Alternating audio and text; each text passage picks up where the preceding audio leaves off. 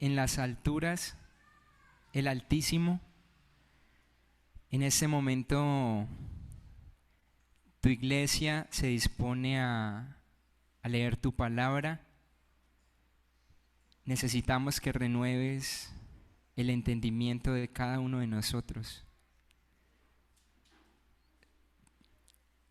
Por favor, Padre, usa el Espíritu Santo que habita en nosotros y entre nosotros para quitar lo viejo, poner lo nuevo en nuestra mente, y así cada uno de los que está acá, Señor, podamos comprobar cuál sea tu buena voluntad, agradable y perfecta. Ayúdanos a quitar las mentiras que la sociedad, el mundo, los amigos, la cultura,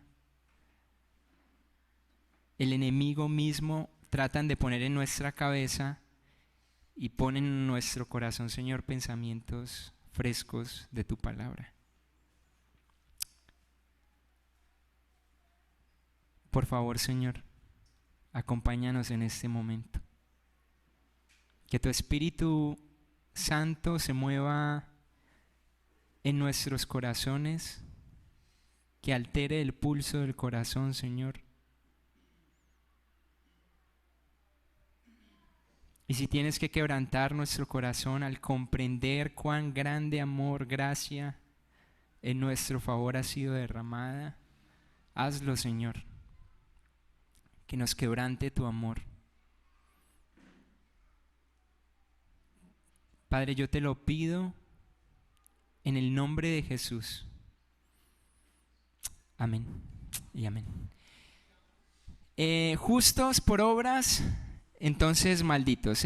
Gálatas capítulo 3, versículo 6. No sé si recuerdan bien que estuvimos viendo ese versículo hace ratico, hace como un mes yo creo, ¿no? Me sacan de dudas. Vamos a leer otra vez el versículo, anhelando y esperando que usted pueda estar con sus ojos allí puestos en la escritura, y vamos a estar leyendo desde el versículo 6. Gálatas capítulo 3, versículo 6, ¿lo tenemos? Un amén por ello. Vamos a leer la escritura. Dice así: así Abraham creyó a Dios y le fue contado, ¿por qué? Por justicia. De pronto, para los que no vinieron, para hacerles el recorderis, les voy a decir un ejemplo con el que terminé. De pronto eso les ayude a refrescar un poco. Y era el ejemplo de un hombre que cruzaba de un edificio al otro, de no sé cuántos pisos, y que le preguntaba a la gente: ¿ustedes creen que yo puedo cruzar por esta cuerda de este edificio allá? Y pues era reconocido por ser un hombre que tenía esa habilidad de cruzar la cuerda. Y entonces todos decían: usted puede, claro que sí. Usted creemos que usted puede cruzar de un edificio al otro. Y evidentemente lo hacía. Luego, cuando llega al otro lado, coge una carretilla y les pregunta: ¿ustedes creen que yo puedo cruzarme de este lado al otro lado en una carretilla? Y todos: claro que sí. Desde el otro lado, no, le aplaudían: no, usted puede.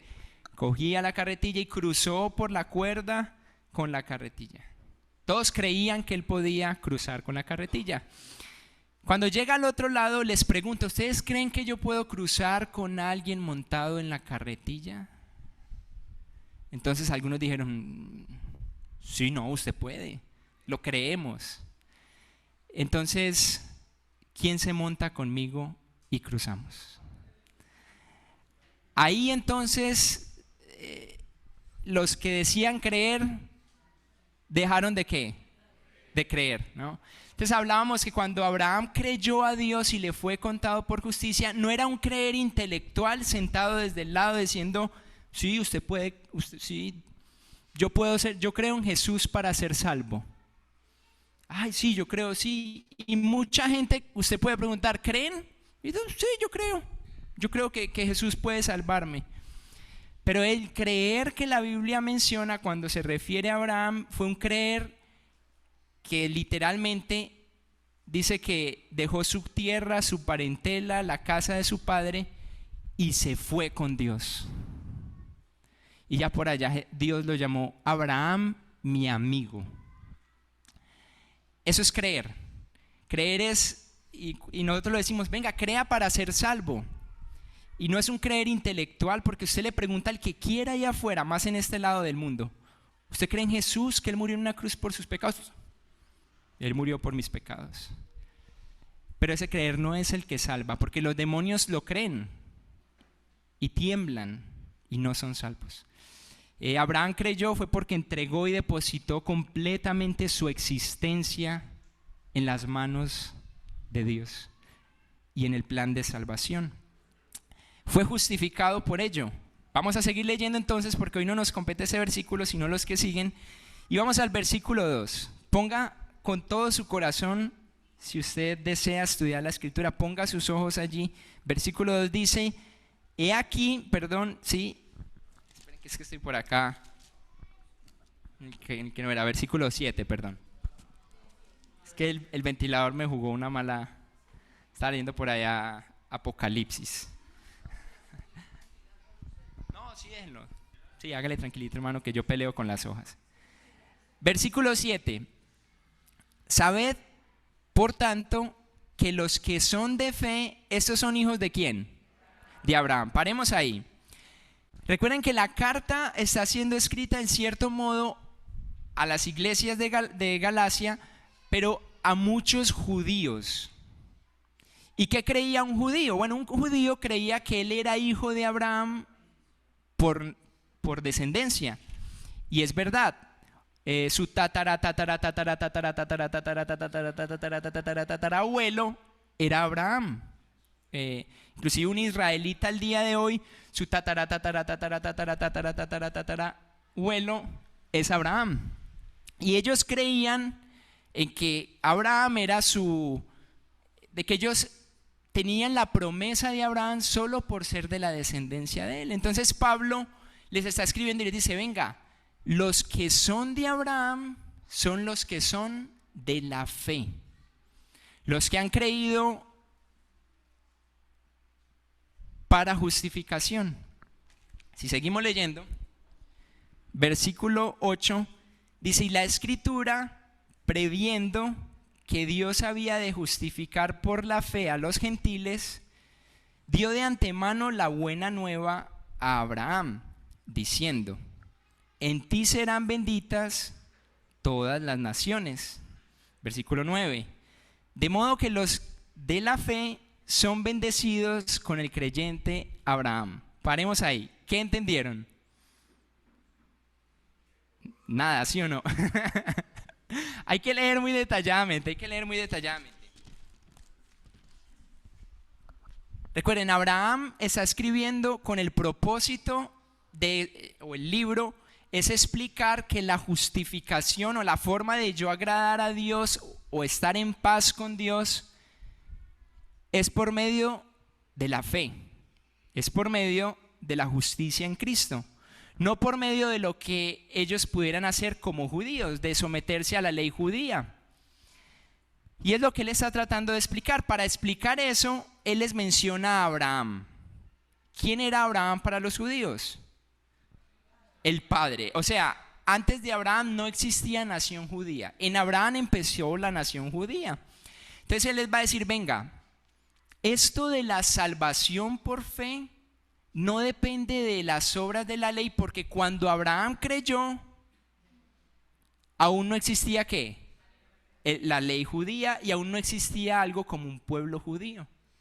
Por eso el capítulo 12 de Génesis, donde dice que él creyó y le fue que todas las naciones serían benditas en él, es muy impresionante, porque habla que Dios desde Génesis se propuso salvar a la humanidad por medio del pueblo de Israel, pero que no era algo meramente judío donde yo tenía que seguir las prácticas judías.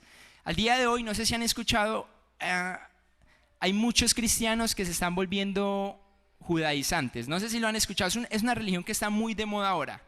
y entonces están teniendo que circuncidar y están teniendo que hacer todas las prácticas, pero aquí se nos deja bien claro que la salvación, la justificación delante de Dios siempre fue por creer, por creer.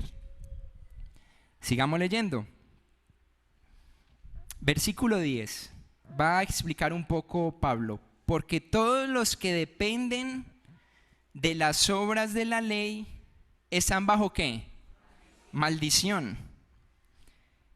Pues escrito está: maldito todo aquel que no permaneciere en todas, ojo a esa todas, las cosas escritas en el libro de la ley. ¿Para qué? Paremos ahí y meditemos en esto, porque está interesante. ¿Qué es ser maldito? ¿O qué significa estar bajo maldición?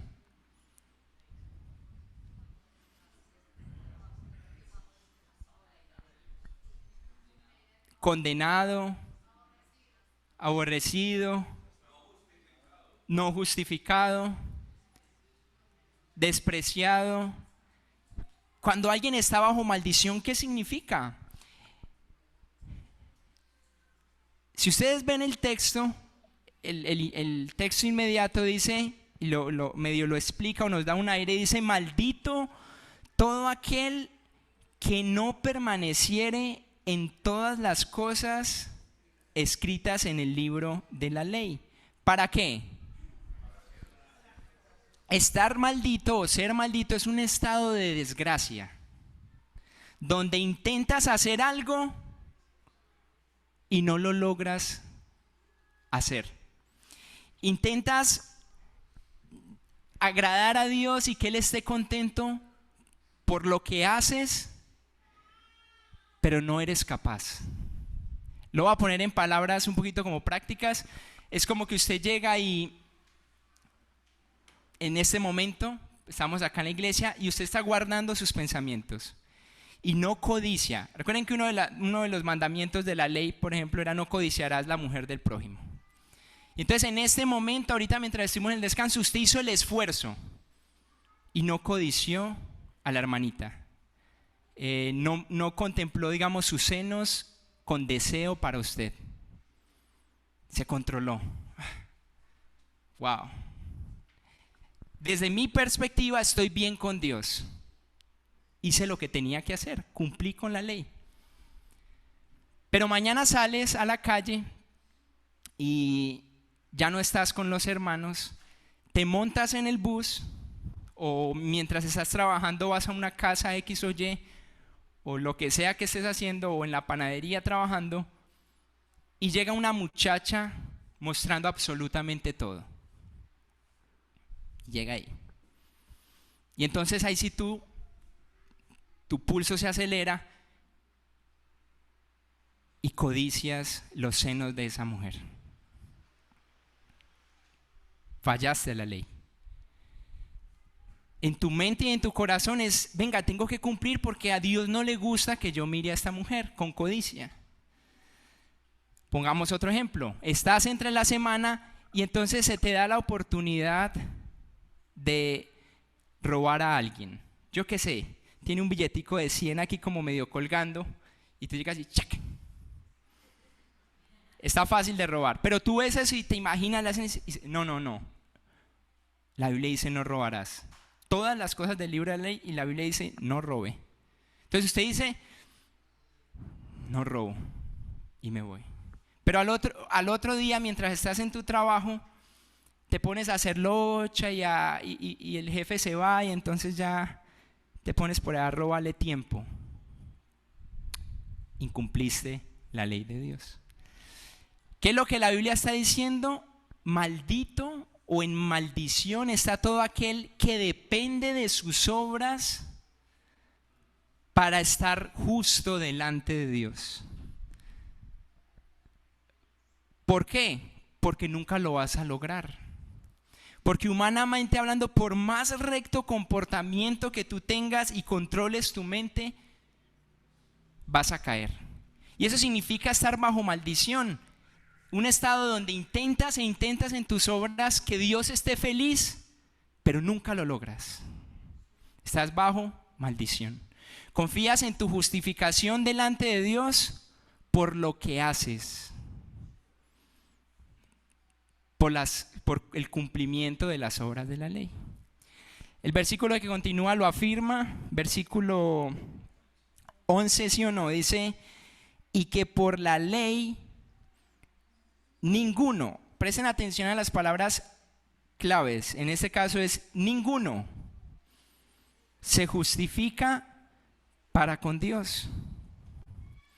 Es evidente, porque el justo, y miren lo que dice la escritura, por la fe ¿qué? Ok, el justo vivirá por la fe. Y por otro lado, versículo 12, y la ley no es de fe, sino que dice, miren lo que dice la ley, el que hiciere estas cosas, vivirá ¿por qué? Por ellas. Por un lado tenemos que el justo vive por fe, y por otro lado tenemos otro grupo de personas que confían en sus obras para ser justos, que viven por las obras. Es muy interesante esto porque el Señor Jesús, hay una historia y la vimos el jueves donde quiero que vayamos y está en Lucas. Lucas capítulo 18.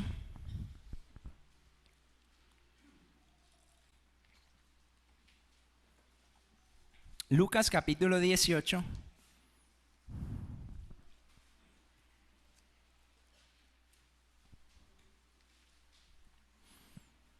Y versículo 9. Esto es una cosa impresionante. Lucas capítulo 18 y versículo 9. Va a estar hablando el Señor Jesucristo, va a estar dando una parábola. Miren lo que dice. 18, 9. ¿Estamos todos? Listo. Rogamos al Señor para que nos vaya ayudando a entender lo que Él quiere enseñarnos. Dice así, a unos, en el versículo 9 de Lucas capítulo 18 dice, a unos que confiaban en sí mismos como justos y menospreciaban a los otros, dijo también esta parábola. Dos hombres subieron al templo a orar. Uno era fariseo y el otro publicano, o sea, recaudador de impuestos. Versículo 11. El fariseo, puesto en pie, oraba. Van observando las cosas buenas. Oró. Se puso en pie, en cierto modo en respeto, y oraba consigo mismo de esta manera: Dios, te doy gracias porque no soy como los otros hombres. O sea, era alguien diferente. Ladrones, injustos, adúlteros, ni aun como este publicano. Un publicano era considerado un traidor, ¿no? Un traidor a la nación judía, en cierto modo. Versículo 12. Observen, ayuno 2 veces a la semana, doy diezmos de todo lo que gano. Paremos ahí por un momentico. Tenemos 2 hombres. El primer hombre es un fariseo. ¿Qué hacía este fariseo? Se para, acostumbraba a ir a orar, se para, ora, diezma, daba diezmo.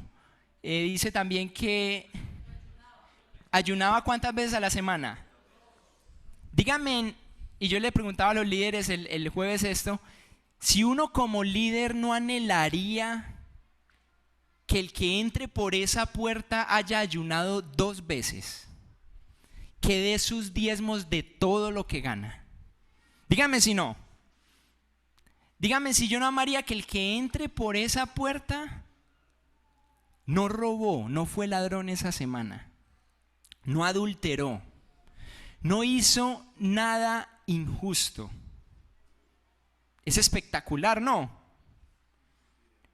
Es espectacular, o sea, es ideal, es lo que nosotros quisiéramos en la iglesia. Ok, pero ponme adelante. Vamos a seguir leyendo allí. Versículo 13, mas el publicano, estando lejos, no quería ni aún alzar los ojos al cielo,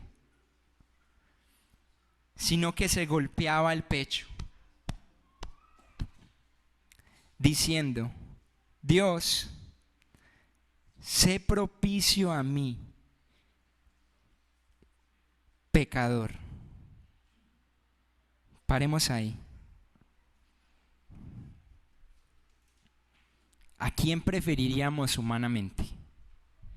¿Al que dice que es pecador o al que hace todo correcto? Delante de los ojos de Anderson, si yo le soy sincero, para mí el justo es el primero. Se los digo sinceramente. A mí llega un hombre aquí, yo sé que esa semana no robó, no hizo no sé qué, pero llega otro y me dice: es que yo soy un pecador. Digo, no, pues obvio, el justo es este. Miren lo que continúa diciendo el versículo 14. Os digo, está hablando Jesús, que este, refiriéndose al publicano, al último, descendió a su casa justificado antes que el otro. ¿Recuerdan lo que estamos viendo ahí en Gálatas? Tenemos por un lado un grupo de personas que creen que para estar justos delante de Dios, para que Dios los mire con agrado,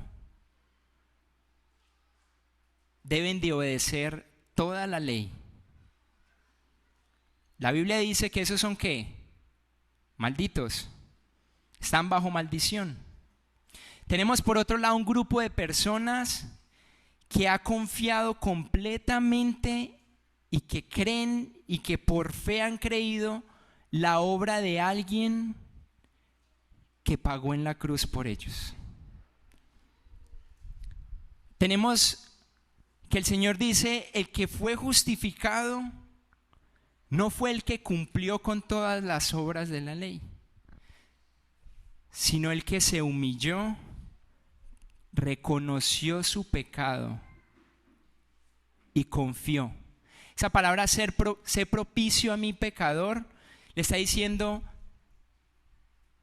yo apesto, yo no puedo cumplir con nada de su ley, no soy capaz, yo soy débil, intento y no puedo. Pero tenga a favor de mí, sea propicio a mí. Si usted quiere, tenga misericordia de mí. Ese fue el justo, ese fue el justificado, perdón. No el que las hizo, sino el que confió.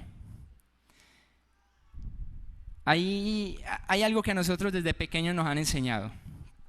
Un chiquitico: hijo,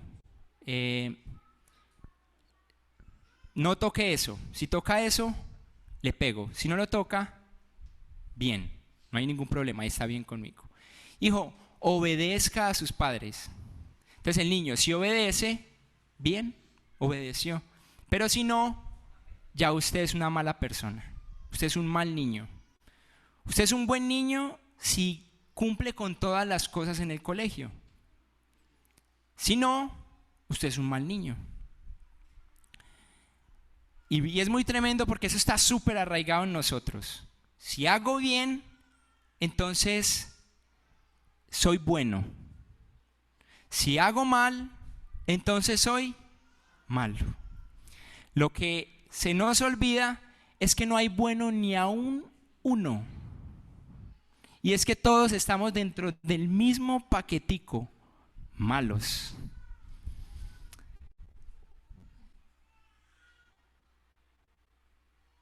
Y llega el Señor y dice, no, no es bueno el que hace buenas obras.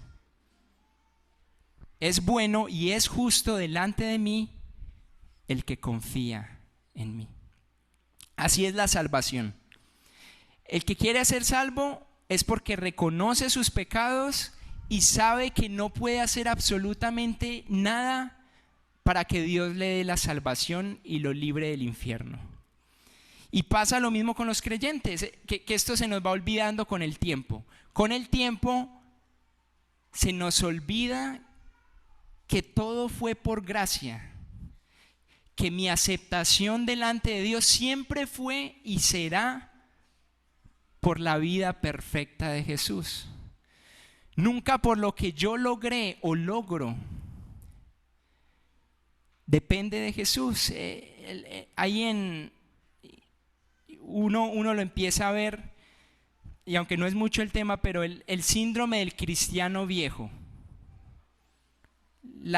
Los síntomas de un cristiano viejo. Un cristiano que lleva 15, 12, 18 años como nosotros.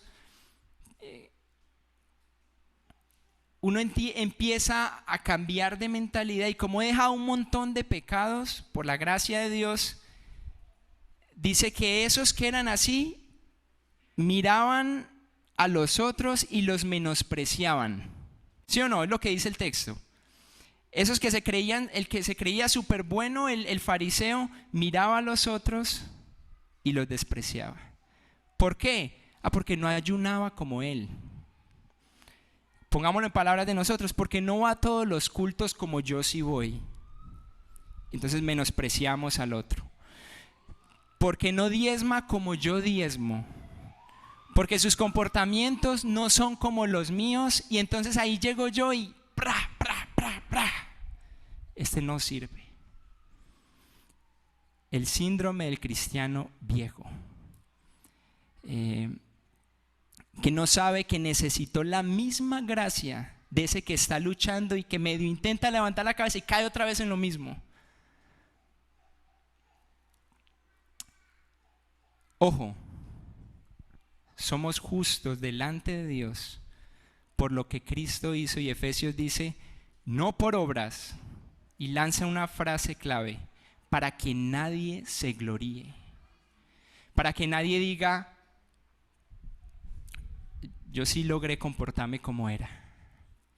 A su tiempo Jesús murió por los débiles, por los impíos, por los que no son capaces. Si vamos al texto donde estábamos en Gálatas, terminaríamos con 2 versículos.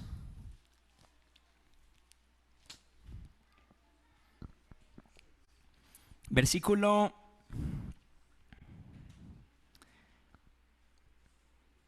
13. Miren esto. Jesús es muy precioso y la obra que él hizo es demasiado completa. Es completa. Versículo 13 del capítulo 3 de Gálatas dice, Cristo nos redimió de la maldición de la ley. ¿Cuál era esa maldición? ¿Recuerdan? Intento y nunca logro satisfacer y agradar a Dios por mis actos. Intento y vuelvo a caer, intento y vuelvo a caer, intento y vuelvo a caer. Entonces aparece ese glorioso versículo y dice, ¿sabe qué? Cristo nos redimió, nos sacó. Redimir, coger de un lugar de esclavitud por un alto precio y darle otra posición. Cristo nos cogió de allá y nos libró de la maldición de la ley. De tener que intentar cumplir toda la ley, toda la obra de la ley, todas las obras de la ley, para ser justos delante de Él.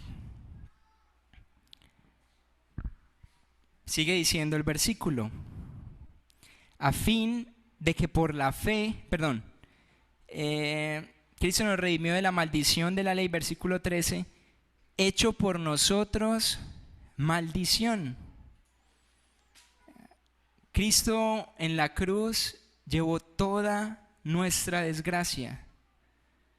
Cristo en la cruz llevó todas nuestras inconsistencias, nuestra incapacidad. Cristo en la cruz murió por todas nuestras maldades.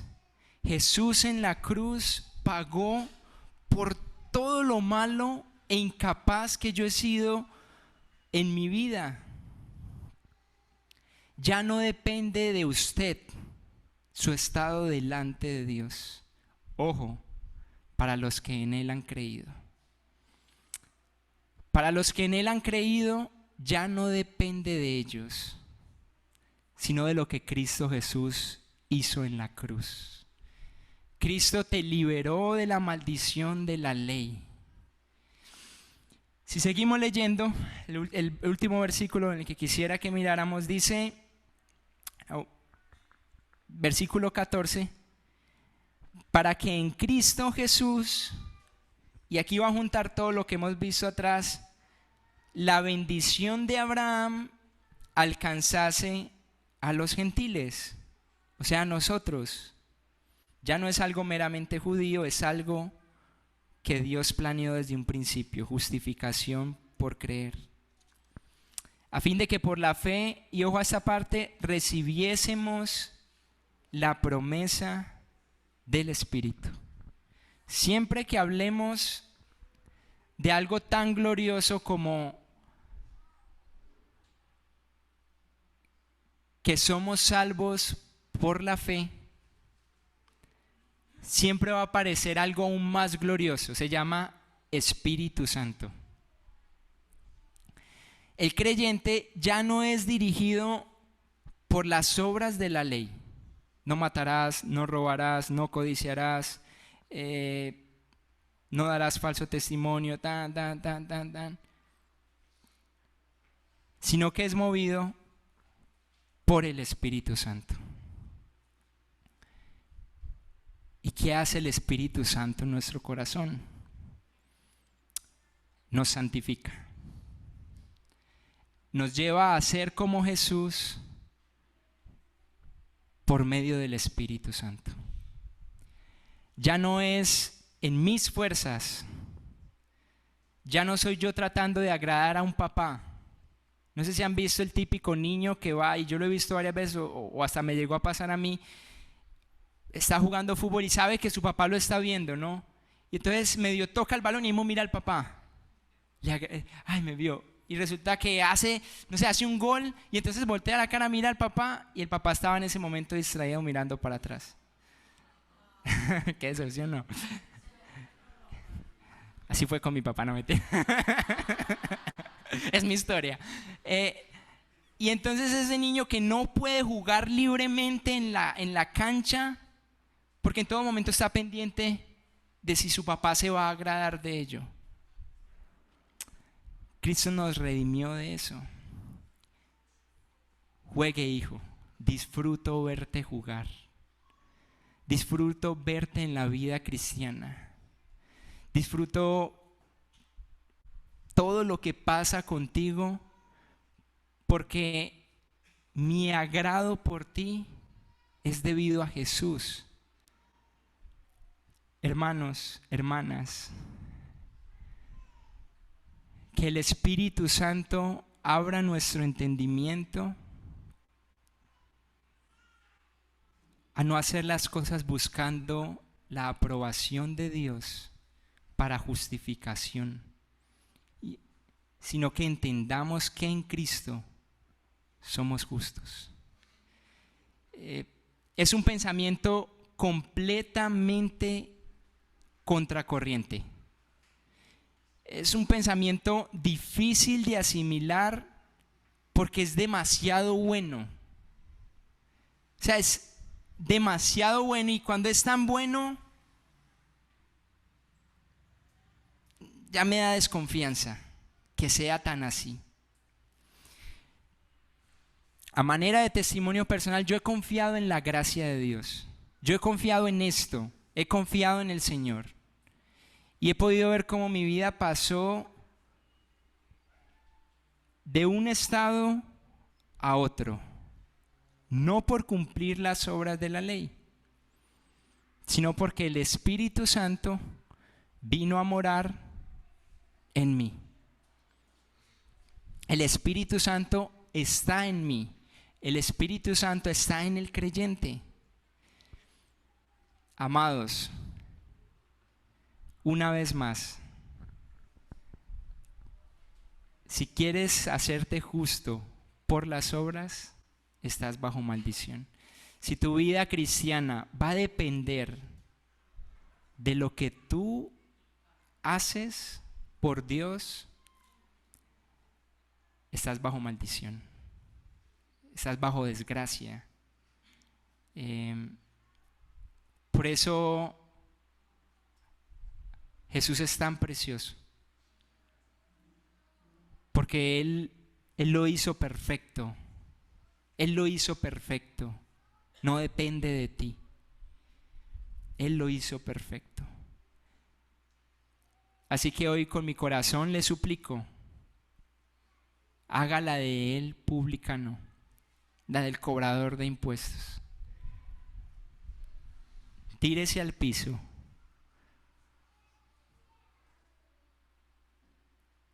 Golpee su pecho y dígale: Señor, sea propicio conmigo. Tenga misericordia de mí. Si usted está dentro de los que se cree muy bueno, porque quizás lleva muchos años en la congregación o de creyente, ruego al Señor para que usted pueda recordar cuán sucio sigue siendo. Cuán sucio eres y que necesitas la misma actitud del publicano. Señor, sea propicio a mí. Yo no soy quien para mirar a mi hermano sobre los hombros. Yo no soy quien para venir y menospreciar a otro porque no es como yo. Les aseguro que la idea o el plan del Señor para su iglesia fue que vinieran los pecadores a buscar arrepentidamente al Señor. El Señor le tiraba duro a los fariseos, a los legalistas, porque siempre querían justificarse por sí mismos. Y no es así. Que el Señor bendiga su palabra. Vamos a orar.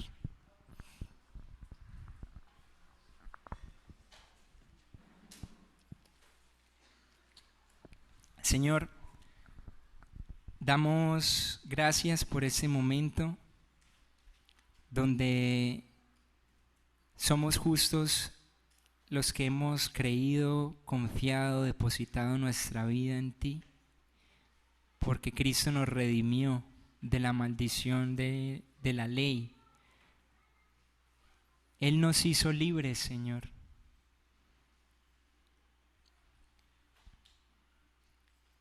Ayúdanos a descansar verdaderamente en ello. Señor, a tener una actitud como la de este hombre publicano, de humillación, de siempre estar viendo mi propio pecado como algo realmente grave, que necesita de tu clemencia. Ayúdanos, Señor, a nosotros los viejos,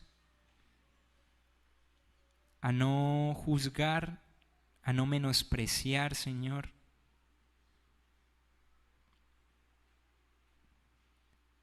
Porque es en lo personal la tendencia, Padre, de mi corazón.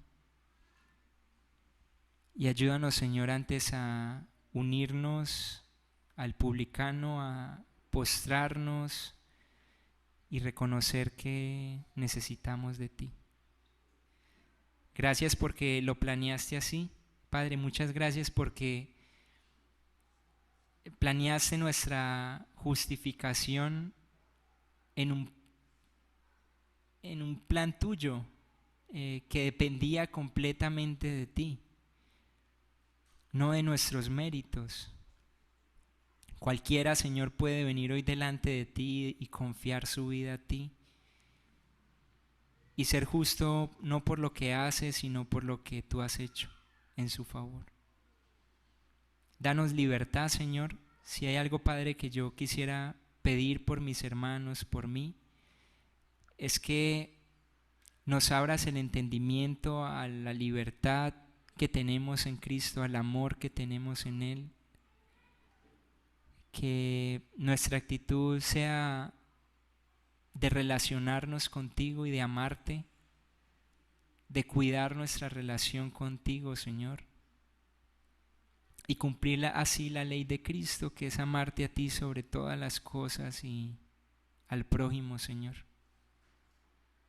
Padre, gracias por tu palabra, gracias por este tiempo, gracias porque tu palabra es viva, eficaz, y sabemos, y yo creo, Señor, fervientemente que ella seguirá haciendo su obra en nuestros corazones. Bendícenos esta semana. Que la otra semana podamos haber crecido en nuestra relación contigo. Que nos quites el peso de la culpa, Señor, para vivir. Que nos quites el peso del remordimiento. Al nosotros poder venir y confiar en lo que Cristo hizo en la cruz. Santifícanos, Señor, en tu palabra. Rogamos pues esta semana, Señor, que constantemente nos ayudes a renovar el entendimiento, porque si no va a llegar otra vez, Padre, el otro domingo y no es suficiente, porque las mentiras de Satanás son todo el tiempo, Señor. Las mentiras de nuestras emociones, de nuestra perspectiva. Ayúdanos como congregación a mantener nuestra mente renovada a través de tu palabra. Si no tenemos la mente renovada, Señor, tomaremos las peores decisiones. Porque tu palabra dice que si renovamos nuestra mente, comprobaremos cuál es tu buena voluntad, agradable y perfecta. Así dirígenos como congregación, Señor. Ampáranos, cuídanos, permítenos ser luz. No un grupo de personas que mantienen llenas de culpa porque hicieron o no hicieron, sino personas libres que han descansado en lo que Cristo hizo y que sirven con gozo, Señor, que sirven a ti no basados en su culpa, sino basados en la obra de Cristo, Padre. Oramos, Señor, por esto, en el nombre de Jesús, Señor. Amén y amén. Dios les bendiga, hermanos.